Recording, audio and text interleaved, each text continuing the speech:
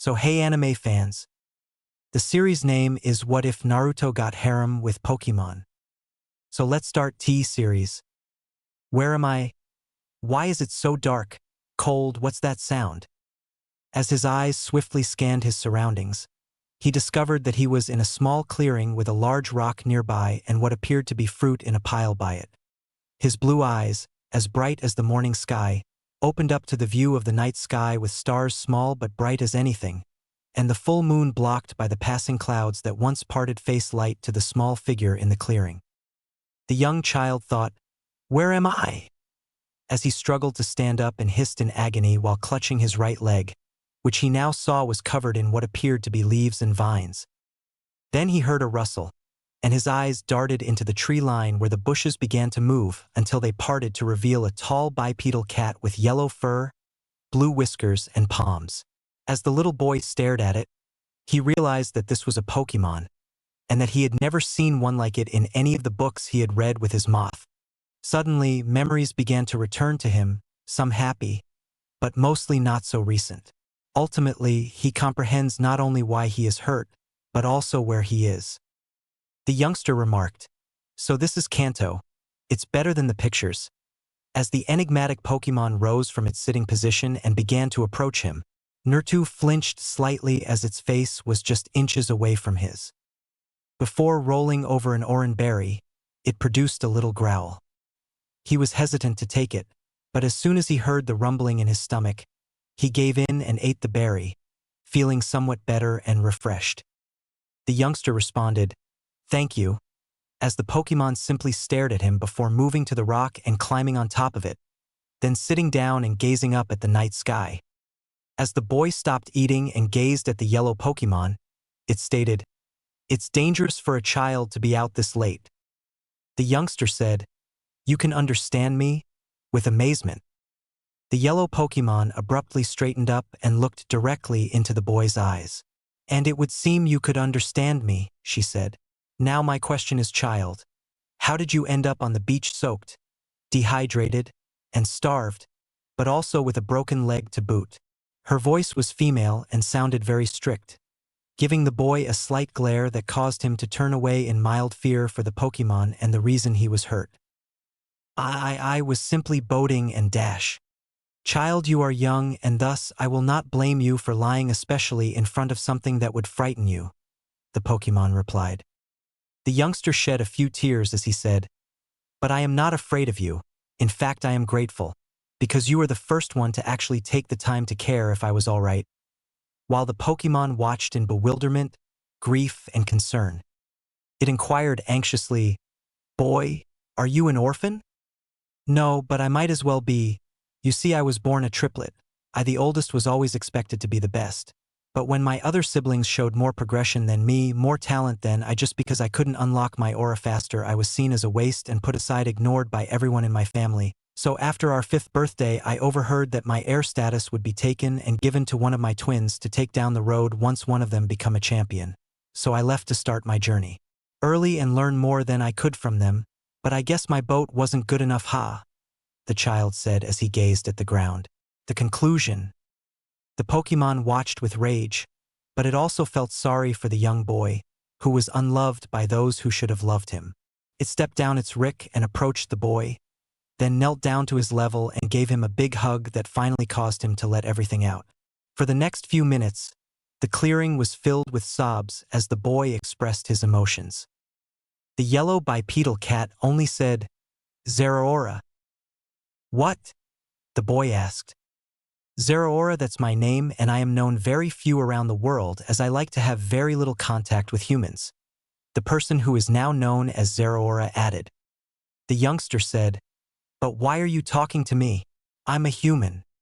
The boy smiled slightly before cuddling up to the Pokemon, and Zeraora said, "Because you are nothing more than a child and a young one who was cast aside by foolish parents, who could not see that your potential is there. It's just waiting to be unlocked, but not by them, but with your heart and those who truly believe in you." The young blonde boy answered, "My name is Naruto," and the bipedal Pokemon smiled slightly before allowing the boy to go off to sleep in her arms. Zeraora smiles slightly before she lies down with the sleeping boy. Don't worry, Naruto, your parents might not have seen it, but you have it, the aura and so much more, just like someone else, and you too will change this world for the better, she says. The following day. Lab of Professor Oaks.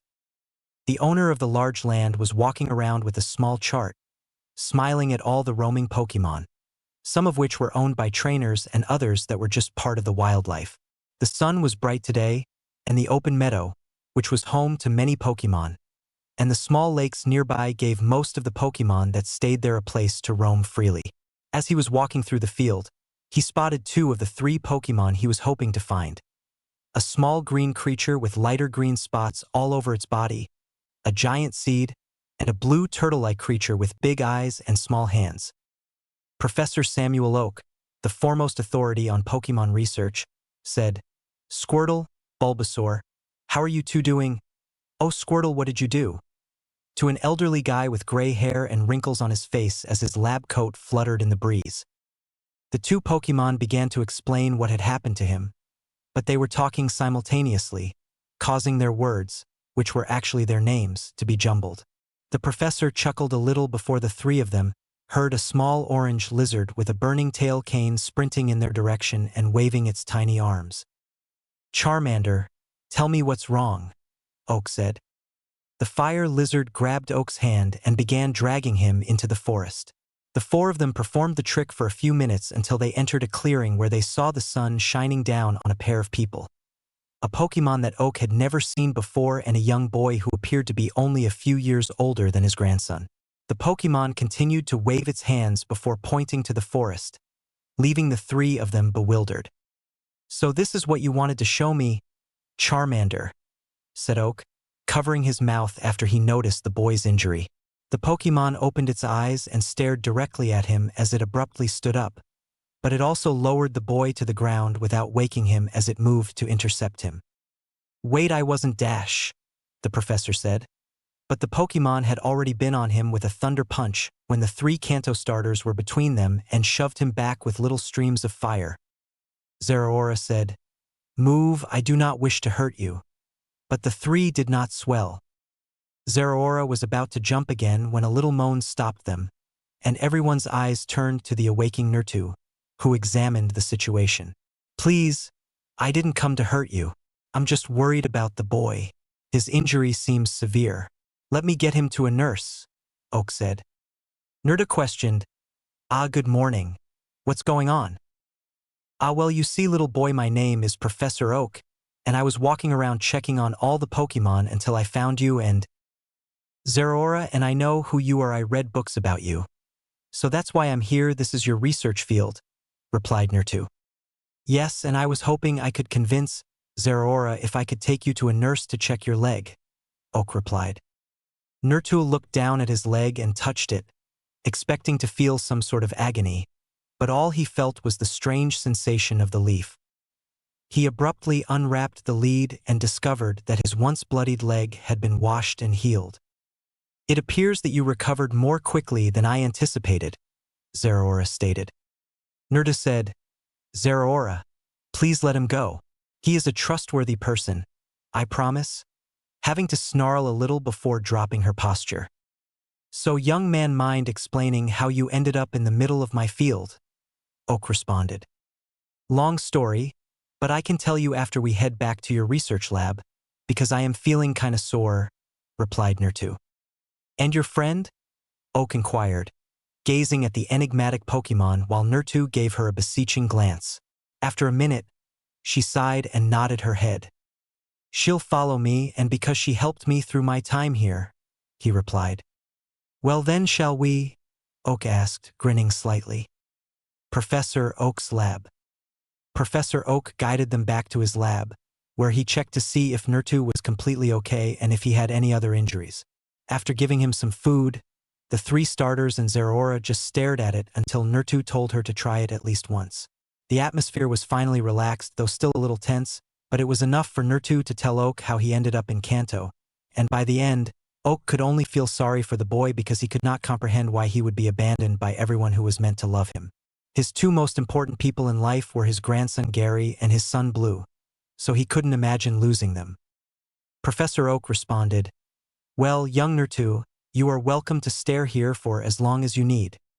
As he caressed the heads of Charmander and Bulbasaur while holding Squirtle in his lap, Naruto murmured, "Thanks, Professor, and to be honest, maybe time with all these Pokemon will make me feel at ease." Professor Oak smiled slightly. Oak said, "Say, Naruto, may I ask you a question?" "Sure, what is it?" Naruto asked. "The inquiry, do you still plan to be a trainer?" Had Naruto closed his eyes and glanced down at the squirrel in his lap, which made him grin a little. With the utmost conviction, Naruto said, "Honestly, I don't know. After having people you cared about turn against you and say that you're not worth the time and effort, it's kind of sad to have them basically say that I would amount to nothing and not even waste my time being a trainer. But now that I've almost died and met a Pokemon I've never seen, it got me thinking, why listen to the words of those who never saw my full self, Professor Oak? I don't plan to listen to them if they never listen to me. I'm here to say that I will be the best that there ever was and prove them all wrong." When Zeraora approached him and placed her paw on his shoulder, Oak remarked, "Well, then I would like to offer you the chance to learn under me and grow till you are ready, because if you want to be a Pokemon master, you're going to need the knowledge to do so." Zeraora added, "And the Pokemon to show you how to be the best and bond through tough and thin." As the three starters let out a loud cry, Naruto let out a little tear and grinned broadly, marking the beginning of a journey for one of the greatest Pokemon masters to have ever lived. The sounds of Pidgey and Spearow could be heard all morning long as they flew over the verdant trees, with the little Rattata running through the tall grass. Caterpie and Weedle were sitting on the trees watching the little Pokemon, and they were spooked, of course, because they saw the blur speeding through the tall grass, making sure to jump over any obstacles in its path before bursting through some bushes. The figure was on one knee, and as he slowly got up, it was revealed that he was wearing a black muscle shirt with a white pokeball design on the front and black joggers with stripes down the side that matched his running shoes. He was wearing a black muscle shirt with a white pokeball design on the front, and his blonde hair blew with the cool morning air. With a hint of humor, a light feminine voice asked, "You're not tired, are you now, Naruto?" The now-named Naruto opened his ocean blue eyes and glanced to his left, where a big boulder was sitting with a specific bipedal Pokemon that was grinning sardonically at him.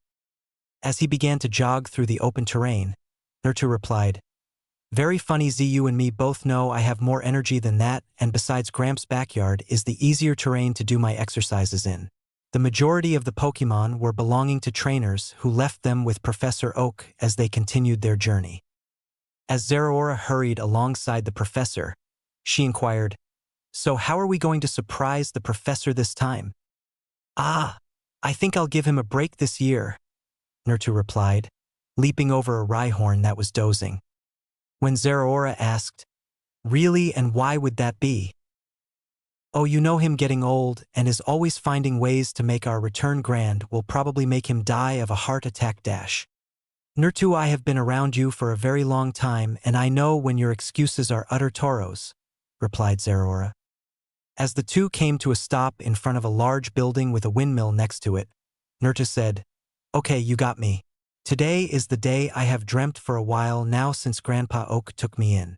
He climbed the stairs, making some noises as he went, and when he opened the door with the key he was given, he entered the lab and saw Professor Oak, the most renowned researcher in the Pokemon world, trying to catch a small EV that jumped around him and knocked over some objects.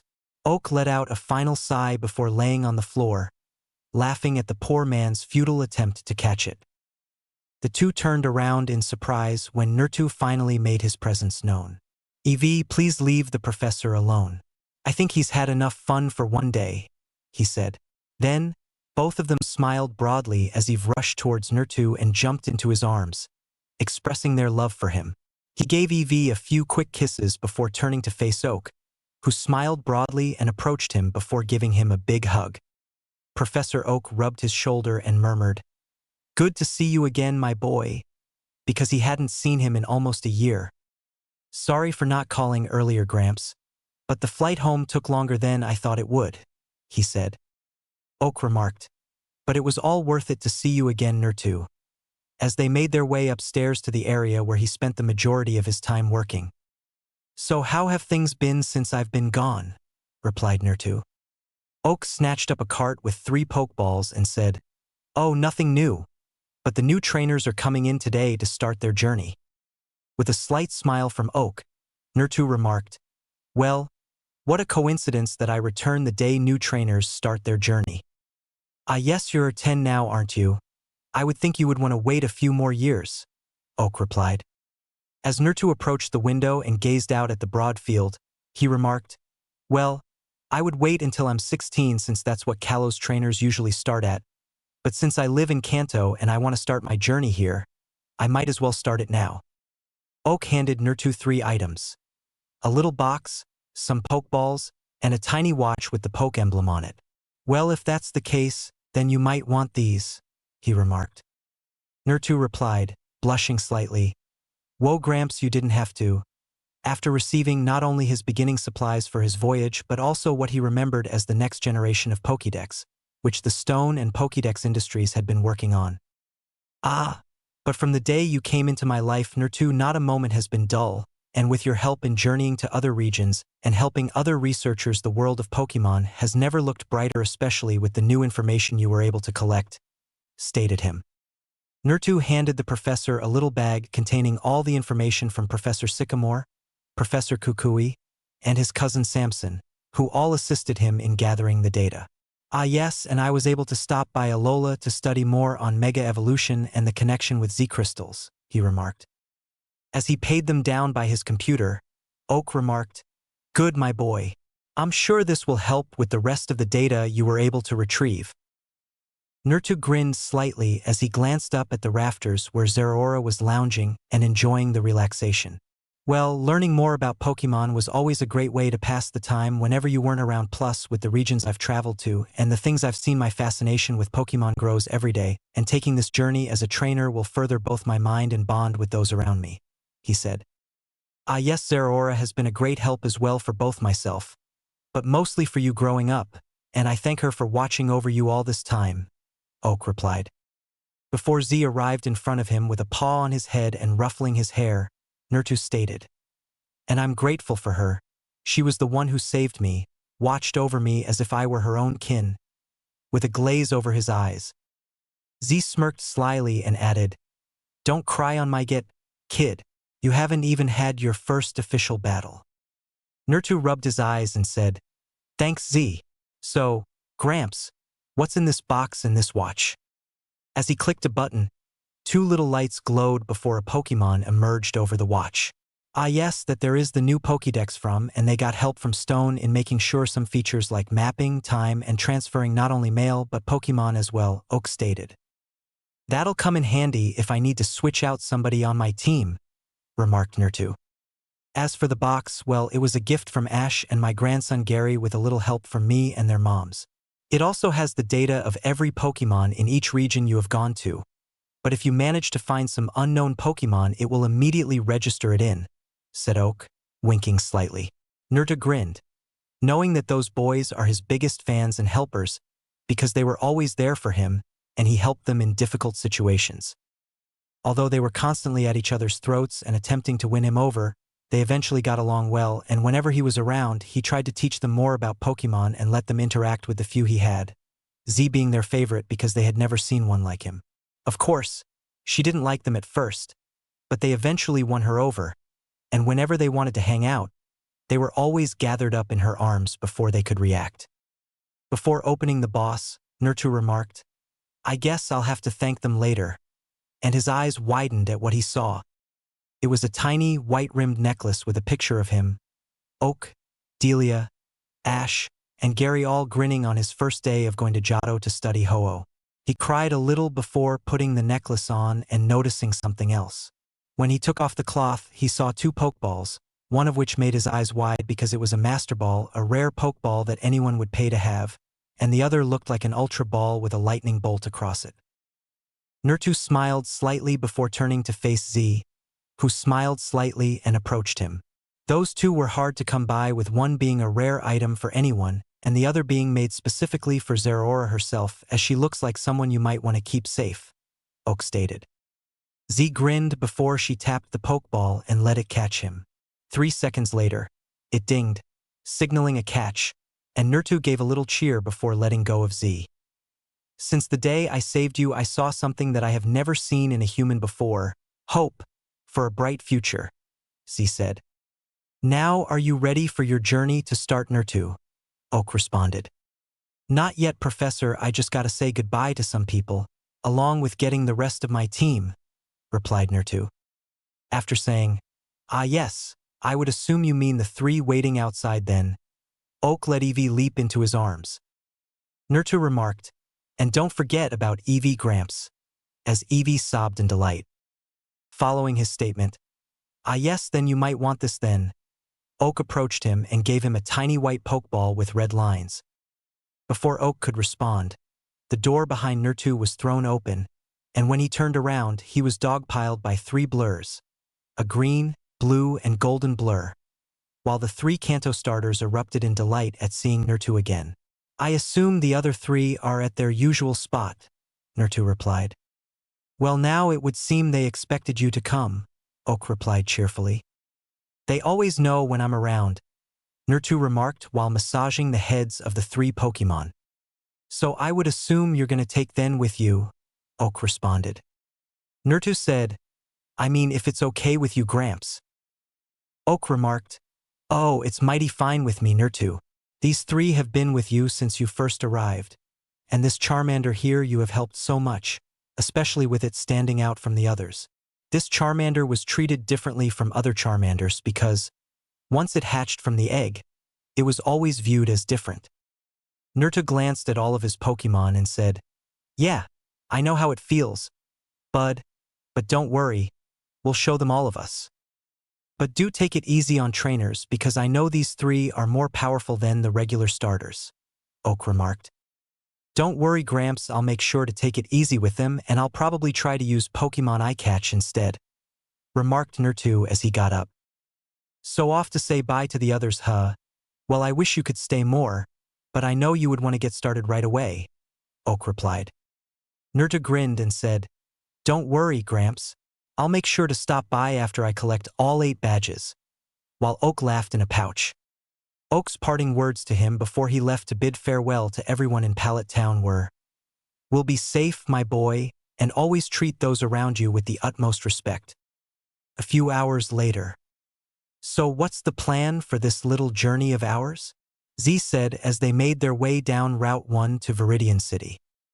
As they passed a big tree with some birds flying out of it, Naruto proposed, well, I would suggest we go to the Viridian gym so we can get it out of the way, but from what I have heard most of the time the gym leader is away, so we will try later down the road. So you want to challenge the Pewter City gym first, huh? Replied Z.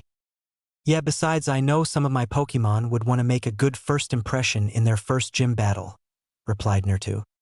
So which one is gonna have its first battle? Replied Z. Well, since the Pewter City gym leader is a rock-type expert, I'll have the advantage with both water and grass, though in which one will go first is a mystery to me, replied Naruto. Before Z could react, however, the wind began to increase as a rock was thrown at them. The 2 leaped to the side and peered up into the sky, where they saw a flock of Spearows pursuing and attacking a wandering Pidgey that appeared to be hurt, but despite its injured wings, it was still able to repel the dozen Spearows that were attacking it. Horrible. Then, as the wounded worsened and the Pidgey wailed in agony, the 2 watched in horror as a Fearow suddenly appeared and launched a wing attack, knocking it to the ground.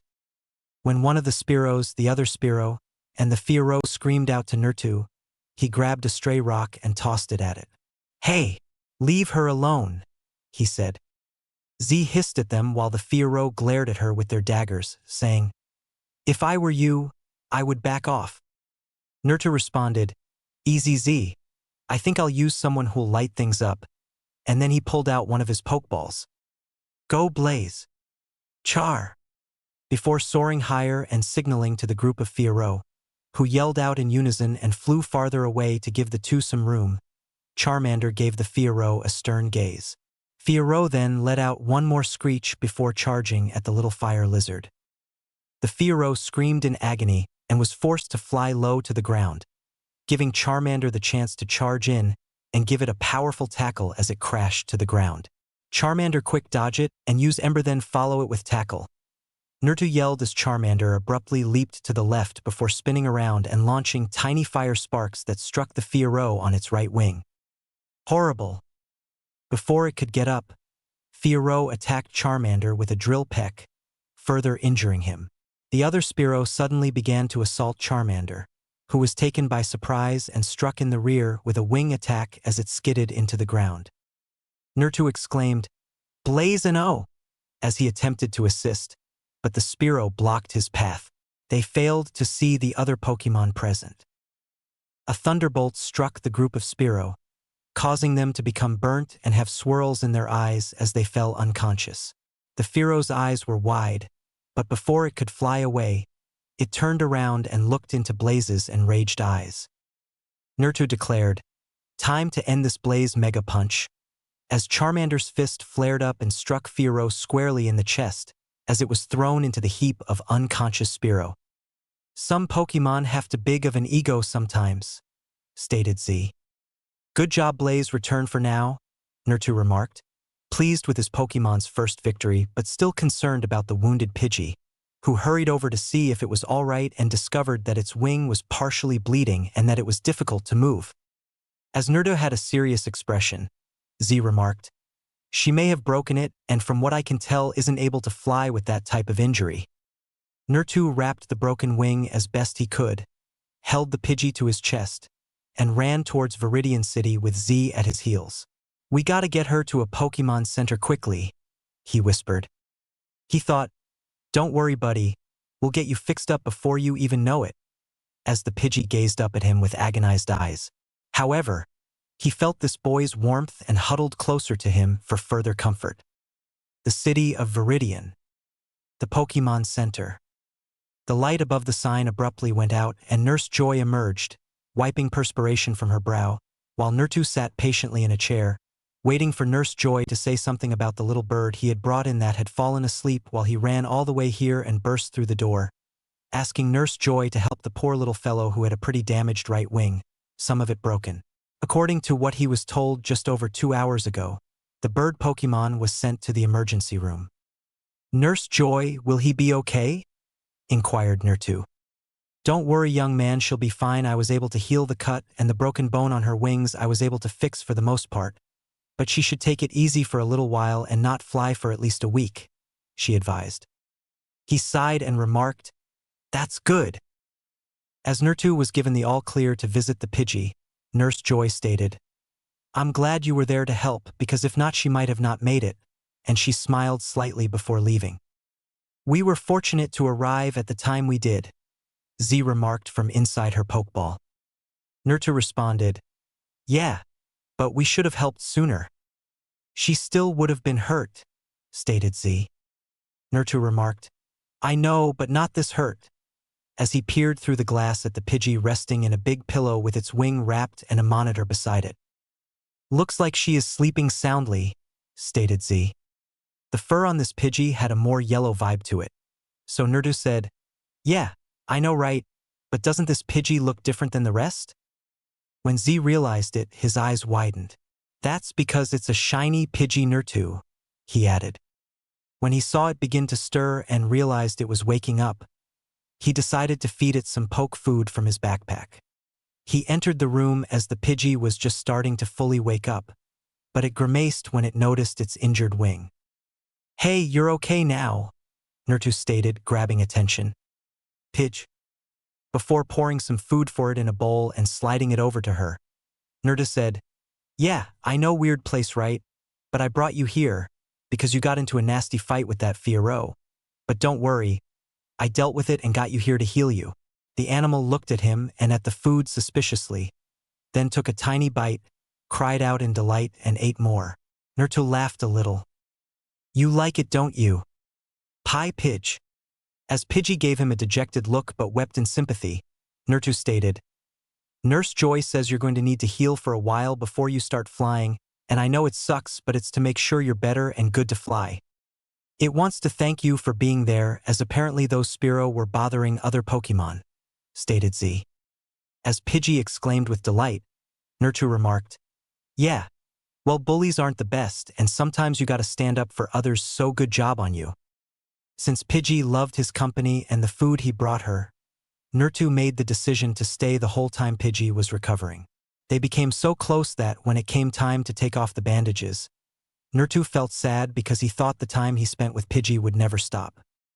As the now bandage-free Pidgey let out a sob of grief, Naruto remarked, "Well, Pidgey, it's been a fun ride, but now that you're all healed, it might be time for our ways to separate. You know, Naruto, I technically don't count as part of your six unless you make it so," Z said. As if reading his thoughts, Pidgey began pecking at his side and at one of the pokeballs as it fell off. Before he could grab it, the Pidgey tapped its beak to it, causing it to suck him in and the ball to shake 3 times before clicking to indicate a capture. "Are you saying catch her? But I don't know if she wants to?" Naruto asked. "Well, that answers your question," replied Z. Before letting Pidgey go, Naruto remarked, "Nice, I caught my first Pokemon. So, Pidgey, since you're on the team, I feel like I should give you a name. How about Talia?" Naruto stated as the now-named Talia cried with delight.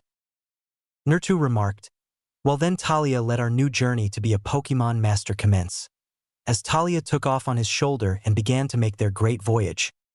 When Naruto looked over the horizon, he saw Pewter City, the location of the rock-type gym leader Brock and his first gym challenge. The sun was up and shining brightly as ever, and he was moving steadily along the path while the Pokemon around him and in the trees relished the afternoon sun. Z stated, "Calm down, you haven't won yet," while playing Pokeball. "Yeah, I know, but I feel so pumped," Naruto replied, grinning and hugging people before running to the gym. He went straight to the Pokemon Center as soon as he arrived in the small city to make sure all of his Pokemon were healthy. However, after they were examined, he hurried to the gym, where he saw that it was a rocky gym. As he entered, he noticed the rocky terrain and the balcony for anyone watching, but he stopped when he was near it and looked around for the gym leader. "Hello, is anybody here?" Naruto said. "Who goes there?" The lights abruptly turned on, and a man with brown, spiky hair, a long-sleeved orange shirt with a green stripe in the middle, and brown jeans was standing across the battlefield. "A challenger, and you must be the gym leader," replied Naruto. "Precisely, my name is Brock Harrison, and I am the Pewter City gym leader." He chose to adopt the fictitious last name because he knew that his genuine one would attract too much attention. "Well, Brock, my name is Naruto, and I am here to challenge," he said. Brock walked to stand across from his opponent's field and inquired, "Well, Naruto, is this your first official gym battle?" "Yes, actually, I just started my journey a little over a week ago," he responded. With a hint of cynicism, Brock questioned, "And you think that makes you ready to face off against one of the right gym leaders?" As he lifted his Pokeball, Naruto remarked, "Well, I might be just starting my journey, but trust me when I say that I'm ready." As some children were playing on the balcony and one of them approached the center, Brock stated, "Well then I guess you'll have to learn the hard way," while holding a Pokeball. This is a 2-on-2 battle with only the challenger being allowed to substitute. The battle only ends when one side's Pokemon is unable to battle. Brock threw out his Pokeball as a little rock with 2 long arms and large eyes emerged from the ground, saying, "Well, let's get started then. Go Geodude." After saying, "A Geodude, huh, cool," Naruto lifted his Dexter watch. The rock Pokemon, Geodude, rock/ground, is easy to pick up because to its round body, but it is heavy and difficult to play with like snowballs. This Geodude is registered to Brock and is level 15. Before a battle with the rock Pokemon began, Naruto flung his Pokeball as a green bipedal Pokemon with a large seed on its back cried out, "Strong little guy, huh? Okay then, Samuel, let's go. Let the battle begin." Brock said, "Geodude, go tackle," as his Pokemon lunged towards the Bulbasaur. Naruto hurriedly commanded, "Quick, Samuel, dodge it and use Razor Leaf," as Samuel leaped to the left just before Geodude collided with him and hurled jagged leaves in his direction. Geodude Defense Curl was activated by Brock, and as soon as he did, Geodude was glowing green, its defenses increased, and the leaves made contact, causing less damage than they otherwise would have. I'm glad you're just as strong as I thought you would be, Brock, replied Naruto. Brock grinned slightly as he continued, as a gym leader, it's my job to make sure I don't lose to just anybody even when they have an upper hand. Naruto said, well, I guess Samuel and I are going to need more than type to win. Quick leech seed followed by a body slam, as Samuel shot tiny seeds out of his green sack. Brock stated, Geodude dodge quickly, knowing that his Geodude wouldn't live if the move were to land. When Samuel appeared in front of Geodude, he was unprepared for the body slam that sent it crashing into a rock when it stood up, but it grunted in agony a little. Geodude swiftly began to dodge the few seeds that were thrown at him. Brock remarked, I see your Bulbasaur is quick as well, good. Then guess we will up our game. Geodude defense curl, then follow it up with rock throw, as Geodude glowed again. Then, Naruto's eyes widened as tiny pieces of rock flew straight at Samuel. Naruto yelled, Samuel dodge, as Samuel leaped out of the way of the few rocks he could see approaching, but he was unable to avoid the subsequent wave, which made him wince. Now Geodude Mega Punch, he said, lifting his fist as it gleamed with power before charging at Samuel while Naruto was lost in contemplation and desperately trying to think of a method to stop him. As a purple gas poured out of the seed, Geodude stepped directly into it, stopping its movement and coughing. Samuel quick use poison powder to block his view, Naruto said.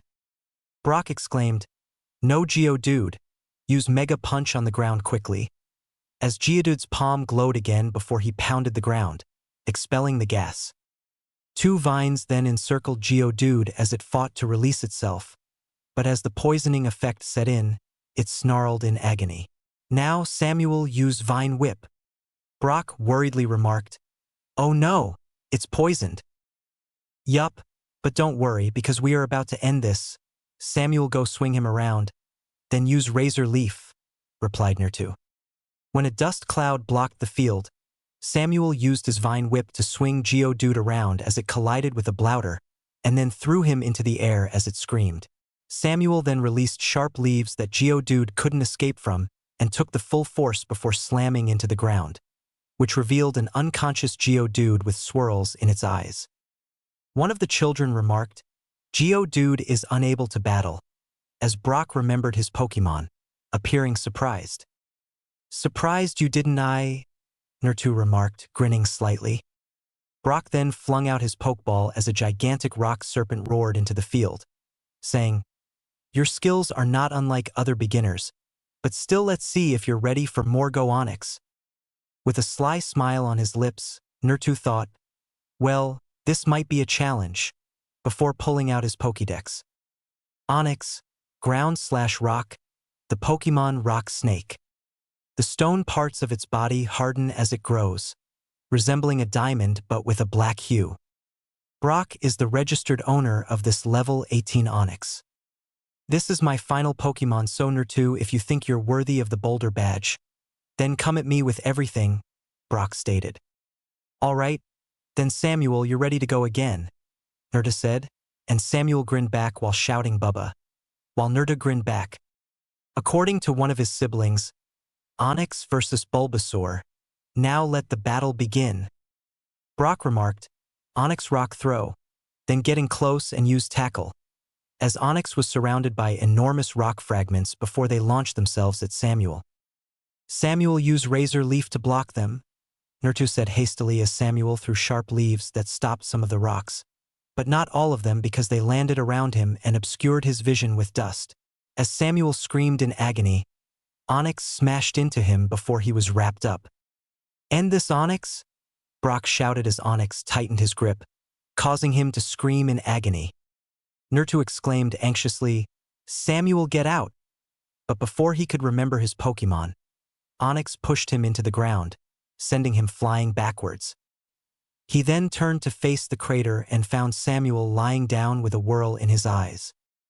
One of the children remarked, Bulbasaur is unable to battle, as Naruto entered the field and seized Samuel. After Samuel grunted weakly, Naruto murmured, you did great, bud, and replaced him in his Pokeball. Brock remarked. So Naruto, you have one more Pokemon, let us see how you fare with my Onix still at full strength. And Naruto grinned slightly. According to Naruto, don't worry Brock, I'm far from done, as he produced a Pokeball. Go Leonardo! A tiny blue turtle exclaimed as it emerged from the light. So Naruto think you can win just because you have type advantage, then I guess you have a lot to learn, Brock replied. Oh, trust me, I know that better than anyone, remarked Naruto, who had discovered over his travels that having the type advantage does not always mean that you would prevail. Onix said, then let's get this final battle underway. Onix used Rock Throw, before launching a hail of rock fragments from all directions. Leonardo used a Euro Ball and then followed it up with a water gun, Naruto said as his Pokemon entered its shell and spun around, glowing gray as the rocks were blown away. However, he didn't stop there. He then smashed into Onix, making it scream, before Leonardo's head emerged and he sprayed water at Onix, inflicting further damage. Onix Stone Edge and then use Wrap, Onix says, slamming his tail into the earth as massive rock pillars obstruct the water and make their way directly into Leonardo. Naruto yelled, Leo dodge and stop him with water gun, as Leo leaped to the right and launched another water blast. Brock said, Onix dig, as Onix swiftly dug underground to avoid the water's explosion. Leo looked about and was on watch as Naruto muttered, Damn Leo, keep up your toes, no telling where he might come from.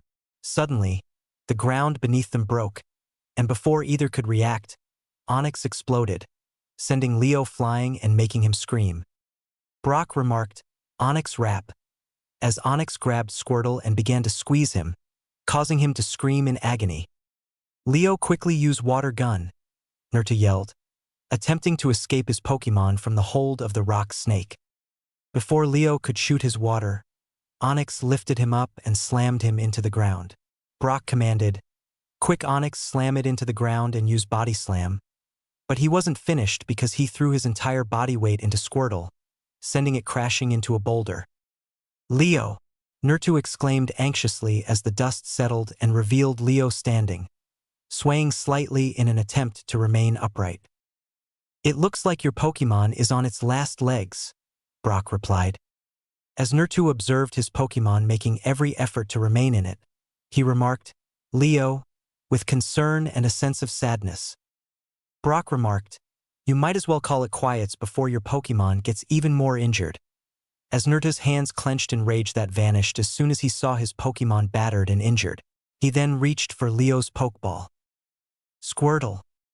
He paused and turned to face his Pokemon, whose gaze conveyed his resolve and will to persevere after witnessing everything Leo and he had endured. You want to keep going, don't you, Leo? The Squirtle. Naruto remarked, Then let's keep going, bud, as he replaced the Pokeball. The two of them exchanged determined glances with Brock and Onix. Brock said, seeming saddened, So you want to keep going and put your Pokemon in even more pain?